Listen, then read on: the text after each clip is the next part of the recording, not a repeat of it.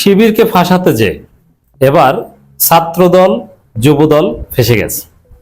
আপনারা দেখেছেন যে কিছুদিন আগে দুইজন নিরীহ কওমি শিক্ষার্থীকে ছাত্রদল সম্পূর্ণ ষড়যন্ত্রমূলকভাবে সমকামী সাজিয়ে শিবিরকে ফাঁসানোর চেষ্টা করেছে, কিন্তু তাদের সেই চেষ্টা বুমেরাং হয়েছে। আর দি সেম টাইম আপনারা দেখেছেন যুবদল সন্ত্রাসী নয়ন কিভাবে লাঠি সোটা নিয়ে দেশীয় অস্ত্র নিয়ে শিবিরের উপর নৃশংসভাবে হামলে করেছিল।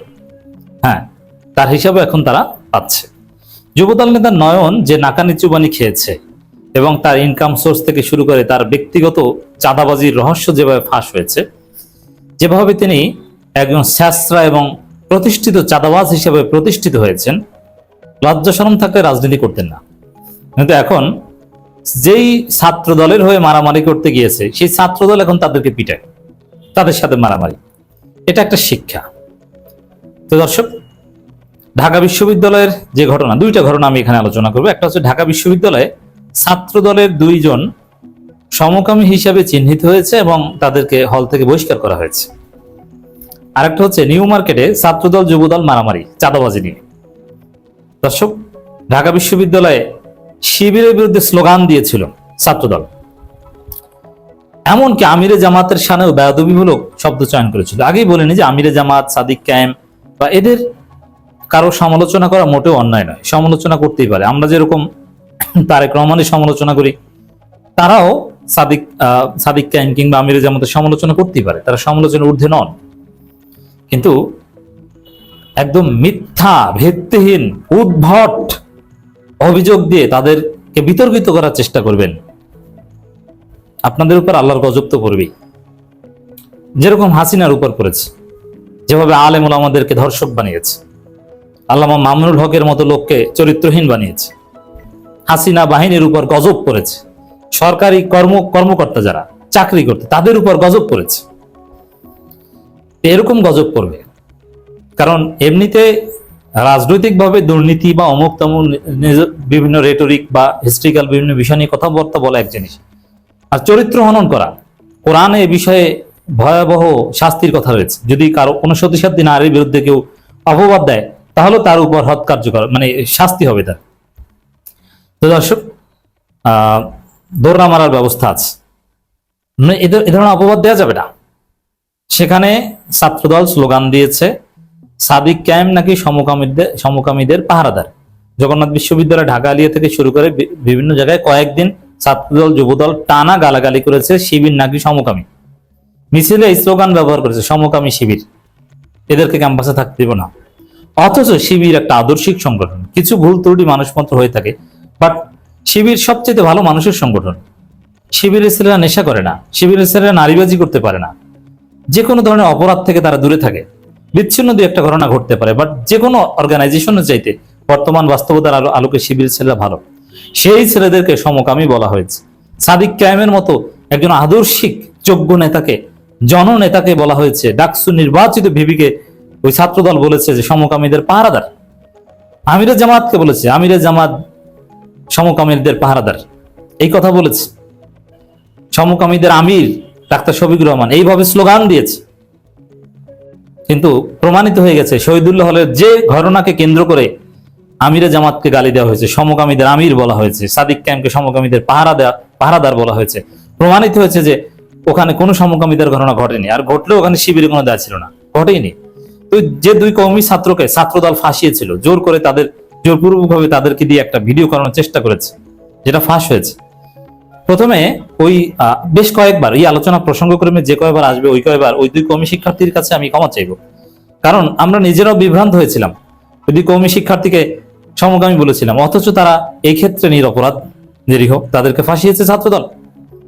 এই জন্য তাদের কাছে যারা যারা তাদেরকে সমকামী বলেছে প্রত্যেকের উচিত ক্ষমা চাওয়া। আমি ক্ষমা চাইছি। তো দর্শক, এই গেল একদিনে যে শিবির এখানে নিষ্কলুষ হিসাবে প্রমাণিত হয়ে এসেছে যে শিবির আত্মীয় স্বজন এখানে সমকামীদের সাথে জড়িত না। এখানে শিবির কোনো ভুল করতে পারে না বা সেটা আমি বলবো না, কিন্তু যে বিষয়টার উপর ভিত্তি করে ছাত্রদল রাজনীতি করেছে ওইটা মিথ্যা, ওইটা ষড়যন্ত্র। তো দর্শক, আরেকটা ঘটনা এরপরে ঘটেছে, ওইটা তো শিবির ওখানে প্রমাণিত হয়েছে যে শিবিরের বিরুদ্ধে ষড়যন্ত্র করেছে, কিন্তু আল্লাহ ছেড়ে দেননি। ছাত্রদল দুইজন নিরীহ কর্মী শিক্ষার্থীকে এবং শিবিরের মতো একটা আদর্শিক সংগঠনকে সমকামী বলেছে, ওই ঢাকা বিশ্ববিদ্যালয় ওদেরকে সমকামী হিসেবে প্রমাণ করা হয়েছে, ওরা প্রমাণিত হয়েছে সমকামী। দর্শক, ঢাকা বিশ্ববিদ্যালয় সমকামিতার অভিযোগে মুজিব হল থেকে 2 ছাত্রদলকে বহিষ্কার করা হয়েছে, জানা। এবং 2 ছাত্রদল নেতা ক্রেজি ছাত্রদল, তারা তারেক রহমানের ভক্ত, ফ্যান, তারেক রহমানের পক্ষে নানা স্লোগান দেন এবং শিবিরের বিরুদ্ধে তারা সোচ্চার।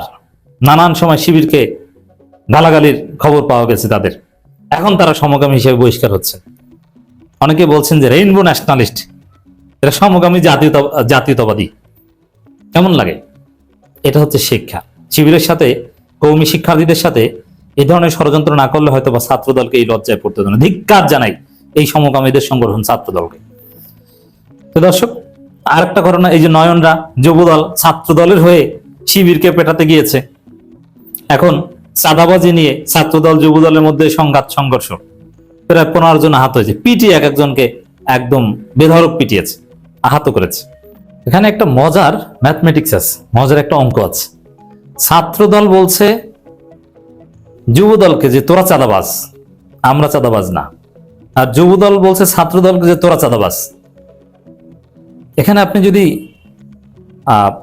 আইনজীবী হয়ে থাকেন বা আইনের ছাত্র হয়ে থাকেন, ল অফ এভিডেন্স আছে বাংলাদেশে, এছাড়া সাক্ষ্য আইন আছে, তো সেখানে কোনো একটা বিষয় প্রমাণ করার একটা মেথোডোলজি আছে। 2 পক্ষে যে বিষয় একমত হয় ওইটা তো প্রমাণিত, এটা নিয়ে কোনো যাচাই বাছাই গবেষণা দরকার নেই।